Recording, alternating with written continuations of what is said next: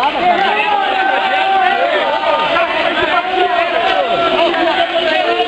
Esse time vai lá pra caralho, Bertão. Porra.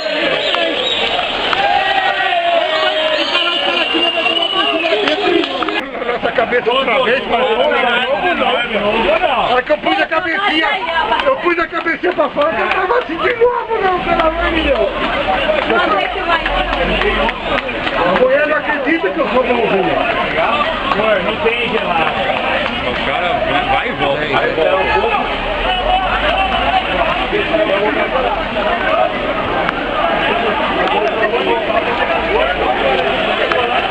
Como é que isso tá acontecendo, cara? Não sei, cara.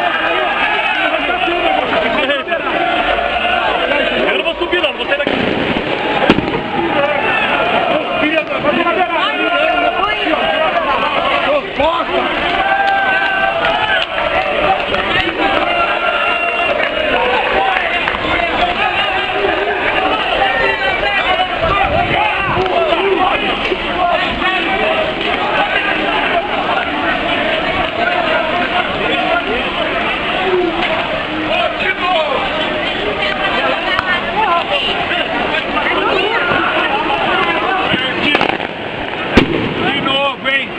A mesma história, filma essa bosta, filha da puta, vai comprar ele pra mim, não dá mais pra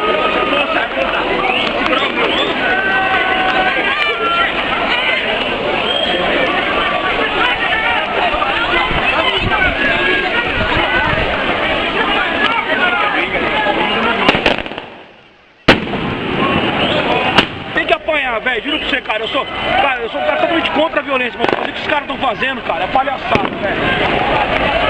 Isso é incompetência, cara. O cara não sabe organizar um evento desse porte, eles são incompetentes. Sabe o que é isso, meu amigo? Sabe o que é isso? É birra. Os caras querem pegar nós de qualquer jeito, mas não adianta. Não vai pegar, velho. Não adianta.